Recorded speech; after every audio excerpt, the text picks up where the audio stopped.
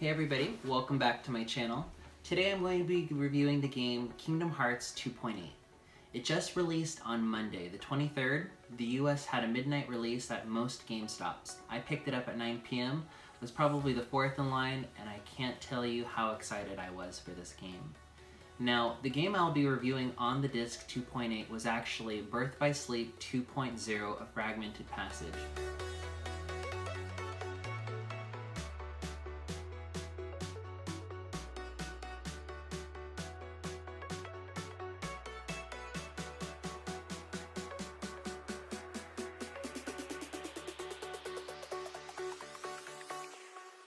Jack it up.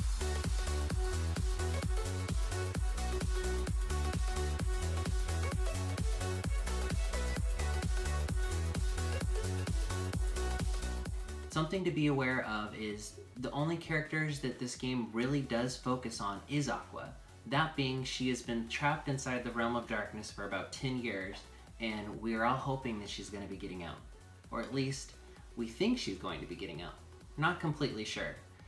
Something to keep in mind, Kingdom Hearts has made a huge transition to the Unreal Engine 4, venturing off from the original engine that they used to make most of the Kingdom Hearts games.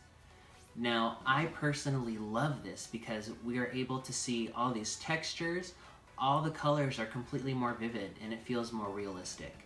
Now, because Kingdom Hearts does have cartoon characters, all the Disney characters like Mickey, Donald, and Goofy, they wanted to keep sort of a cartoon feel to the game without making the characters through the transition look too fake. So I would say it's a really nice balance of both, the best of both worlds. The combat system is something to definitely take note of in this game. Things like the magic and the shot lock gauge have been greatly improved.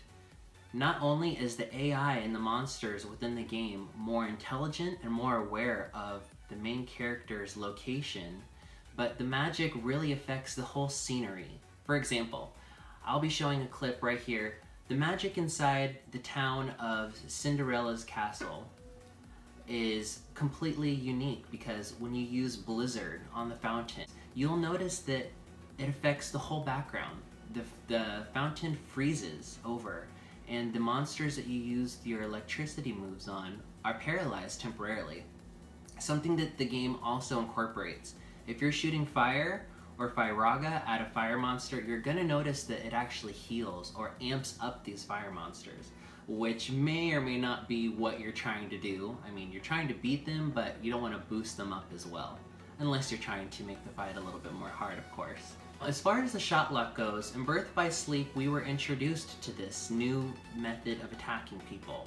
One in which a little focus or a scope was focused on your enemies, while you can focus the enemies inside the circle to lock on as long as possible to release an attack that is long range. Now, something that is unique about this, kind of like Zelda Breath of the Wild, we see that when the new shot lock, it actually slows time down, so you're able to collectively aim at more enemies at once. Loved that. I really hope that they incorporate that inside Kingdom Hearts 3, and at this point I don't see why they wouldn't. What I expected versus what really was. Now, this is a very interesting topic. A lot of people were made aware by Tetsuya Nomura that this game was not going to be a full-length game. We weren't going to see at least 10 hours or above in gameplay. No one really had exactly an idea of how long this would be, but from the demo we were kind of shown that basically we were going to at least see 1 or 2 worlds. And that's exactly what happened. So if you don't want to see any of these spoilers, please go ahead and click off the video now, because I'm going to kind of cover just the basics. Not everything, but just the basics of what the game incorporated. Now, you start off inside Cinderella's world.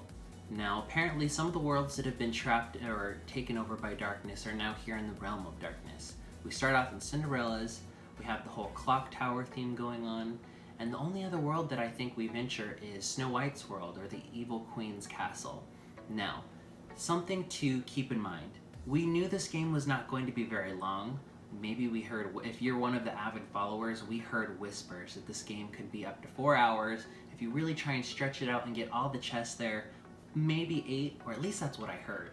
I was expecting at least 3 or 4 worlds to have been consumed by the Realm of Darkness. therefore at least a decent amount of gameplay. Now, it was a little bit disappointing to see that I beat the game in about 2 hours. That having been said, I don't think I searched for every single treasure chest that there was, but I definitely didn't shy away from most of the monster battles.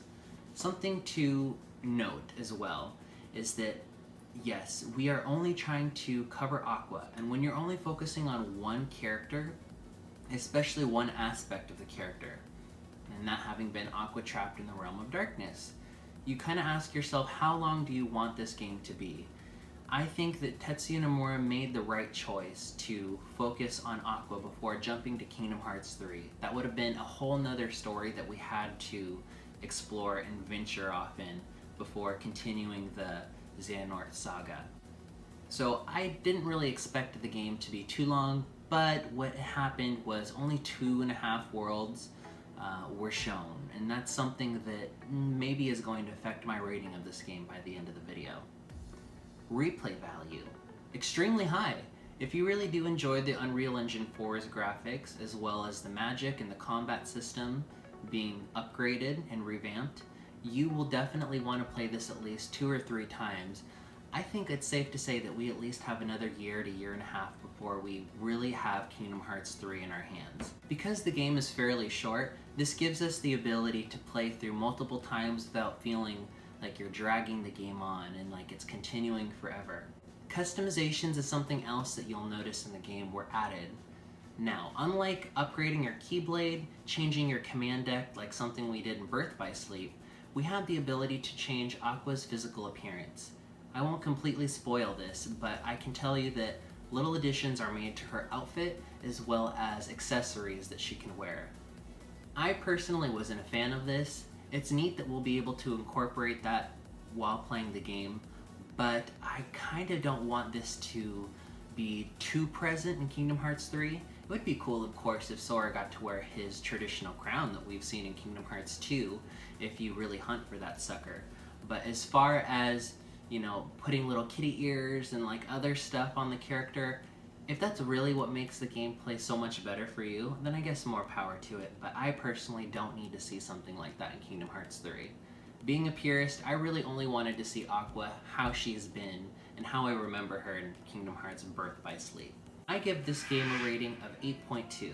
That having been because the game was roughly short, it showed us a good glimpse of the new graphical style we'll see in Kingdom Hearts 3, as well as a glimpse at the magic and the shot lock that will be present in the future game.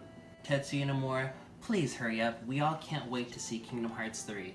And until then, thank you guys so much for watching my videos. Have a great rest of your evening, morning, whichever it is. Please like, subscribe, leave comments down below. I would love to have a conversation with all of you guys. And until then, mwah, see you next time. Savannah, the beauty of the world, Savannah.